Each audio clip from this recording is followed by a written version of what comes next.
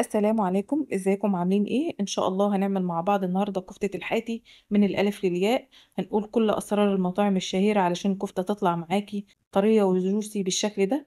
حرفيا هتعتمد الطريقة دي في كل مرة هتعملي فيها الكفتة. هنقول اداء التفاصيل، وكمان مدة التسوية المظبوطة علشان الكفتة تطلع معاكي طرية بالشكل الجميل ده، ما تكونش ناشفة ولا مفرولة معاكي ولا بتفك من السيخ، وكمان تطلع مظبوطة معاكي بالشكل والجمال ده. لايك وشير الفيديو بتاع النهاردة، وتعالوا كده بينا نبدأ ونسمي الله. معايا نص كيلو من اللحمة، أي قطعية لحمة هتفرميها هتطلع معاكي مظبوطة. أهم حاجة يكون فيها نسبة دهون شوية. معايا بصلاية كبيرة أنا بشرتها بالمبشرة وما صفتهاش من المية ولا أي حاجة، هنزل بيها على اللحمة بتاعتنا. وكمان معايا حبة من الطماطم كده، وعليها قرن من الفلفل الحامي نص بس كده، وده اختياري بالنسبة ليكي، وبرضك مبشورين بالمبشرة، ممكن تضربيهم في الكبة لو انت حابة او متاح عندك. معايا دهن أولية، المتاح عندك من الاتنين. ابشريه بالمبشرة 100 جرام بس، هيكون كويس قوي لنص كيلو لحمة. معايا نص حزمة من البقدونس، بصراحة بتدي طعم رهيب رهيب للكفتة، وكمان بتخلي السوائل اللي فيها مش بتسلق قوي قوي، بتبدأ تتجانس مع المكونات وبتدي طعم حلو قوي. انا خدت العيدان خدت الورق واستغنيت عن العيدان. معايا معلقة صغيرة من التوم الفريش، وبصراحة بيفرق في الطعم جدا، وده ما تستغنيش عنه. معايا معلقة ونص من النشا، علشان الدهن اللي احنا حاطينه مع النشا بصراحة بخليها جوسي جدا جدا جدا، وما تسليش كل الدهون اللي موجودة فيها وبتحتفظ بيها. وكمان معلقة او معلقتين اسفة من الدقيق، 30 جرام، النشا 20 جرام، والدقيق 30 جرام، لحبايبي اللي بيحبوا يعتمدوا الميزان في كل حاجة. التوابل بتاعتنا معلقة صغيرة يعني 5 جرام من كل حاجة، كزبرة كزبرة مطحونة، فلفل اسود، بهارات لحمة، وكمان جنزبيل وبابريكا. دي بس البهارات اللي انا بعتمدها.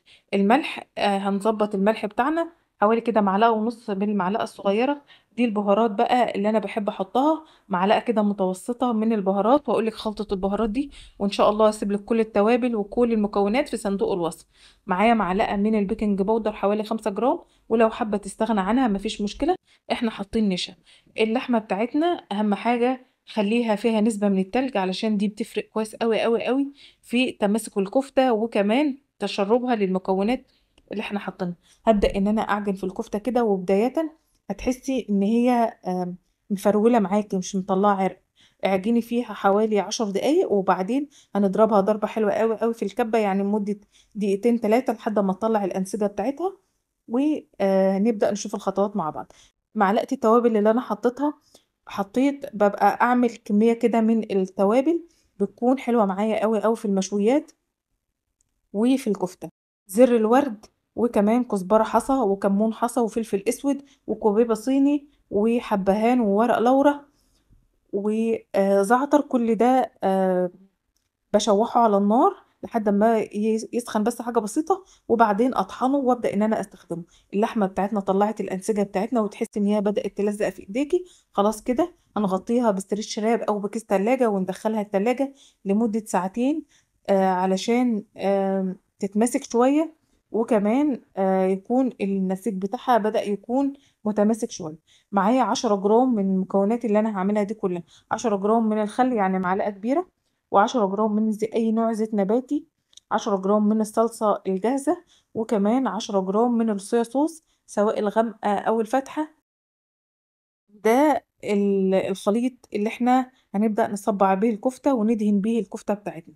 ممكن ما تعمليش الخليط ده خالص، وهتبقى معاكي زي تمام، يعني معلقة خل ومعلقة زيت هتبقى معاكي زي الفل أثناء التصبير. هنحط بس معلقة بسيطة من الملح والفلفل الأسود، وبعدين نبدأ إن احنا نخلطهم مع بعض ونركنهم على جنب. الكفتة بتاعتنا دخلناها التلاجة تتشمع لمدة ساعتين، علشان وقت التصبيع تكون متماسكة معاكي وما تفكش معاكي على الأسياخ أو وانت بتصبعيها، لأن الجو حر، وحرارة إيديكي كمان هتخلي الكفتة تنشف معاكي وما تبقاش متماسكة على السيخ. وتغطيتنا ليها للكيس علشان ما تعملش طبقة على الوش وتكون مشققة. زي ما انتم شايفين متماسكة جدا والحمد لله ممتازة. هبدأ ان انا اغطي على على الجزء اللي انا مش هبدأ ان انا اصبع فيه، واسيب جزء بس بسيط علشان ابدا ان انا اصبع منه. معايا اسياخ الشيش طاووق نقعتها لمده ساعتين في ميه، ولو مش متاحة عندك ممكن تجيبي معلقة وبظهرها وتبدأي ان انت تصبعي الكفتة. ولو عندك الاسياخة اللي هي الحديد دي تمام، هتغسليها وتنشفيها وتبقى زي الفل معاكي. انا نقعتهم لمدة ساعتين علشان لو فيهم مثلا ريحة خشب او اي حاجة، المية هتطهرها وفي نفس الوقت ما تتحرقش مني لما ادخلها الفرن. ابدأ في التصبيع، هبل ايدي من المكون او الخليط اللي احنا عملناه، الخل والزيت والصويا صوص والصلصة، وابدأ ان انا اصبع. هتلاقي الكفتة بتتصبع معاكي وبتطلع معاكي زي الفل. اعملي بقى الحجم. لو انتوا من الناس اللي بتحب الميزان، ممكن تجيبي الميزان وتكوري، ممكن تكون حجم الكورة 30 جرام، وتبدأي ان انت تصبعيها على ايدك او على الاسياخ بتاع الشيش طاووق دي. ودي موجودة عند اي حد من بتاع مستلزمات او ادوات المطبخ، بتكون موجودة. الكيس بيبقى فيه كمية كبيرة وبيبقى مش غالي ولا حاجة. هبدأ ان انا اصبع كل الكمية، وبرضه زي ما قلت لك حجم صوابع الكفتة ده يرجع لك انتي، حابة تكبري تمام، حابة تصغري مفيش مشكلة. الدهن بيفرق كويس، بيفرق جدا جدا. لكل نص كيلو لحمة 100 جرام من الدهن او اللي بيديلها طعم حلو قوي. وكمان ما تنسيش معلقة النشا، بتديلك كمان تماسك حلو قوي قوي قوي للكفتة مع الدهن. الدقيق بيتشرب السوائل اللي سواء في البصل او في الطماطم اللي احنا بتديلها طعم كده، طعم مزز شوية وبيخليها فيها تسكيرة حلوة قوي. التوم مع البصل بيدولك طعم ممتاز جدا، سواء هتعملي الكفتة في الفرن او على الفحم. ولو حابة تعمليها على الفحم هتشم احلى ريحة كفتة ولا اجدعها حياتي بعمل كفتة. اعتمدي بس الوصفة دي والطريقة دي هتطلع معاكي ممتازة. بقيت الصوص اللي اتفضل منا من تطبيع الكفتة، هنبدأ ندهن وش الكفتة بالشكل ده. الفرن بتاعنا مشغلينه على أعلى درجة حرارة 200 من تحت ومن فوق. الشواية بتاعتنا مشغلينها على الهادي. هندخل الكفتة على أول رف من أو أول مستوى من مستويات الشبكة. هتقعد معانا 25 دقيقة وما تزوديش عليها أكتر من كده. هتلاقي الكفتة بتاعتنا ما كشتش ومحتفظة بنسبة السوائل اللي فيها، طالعة معانا طرية ما شاء الله. حاجة كده أتمنى إن انت تجربيها. لو انت حابة ان انت تشمي ريحة الفحم فيها، هتجيبي فحمية من اللي هو فحم سريع الاشتعال، وهتولعيها وهتحطيها في حتة فويل، وهتضيفي عليها معلقة من الزيت، وهتغطي الكفتة بتاعتك وشمي أحلى ريحة للكفتة ما شاء الله.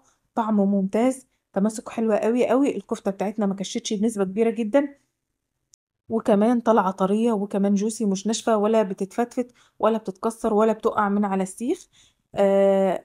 كده الفيديو بتاعنا يكون انتهى. اتمنى اكون قدرت اوفي كل جوانب الفيديو اللي انتوا محتاجين تعرفوها، او كل جوانب الوصفة. هسيب لكم ان شاء الله المقادير بالجرام وبالمعلقة في صندوق الوصف عشان حبايبنا اللي بيحبوا يعتمدوا الميزان.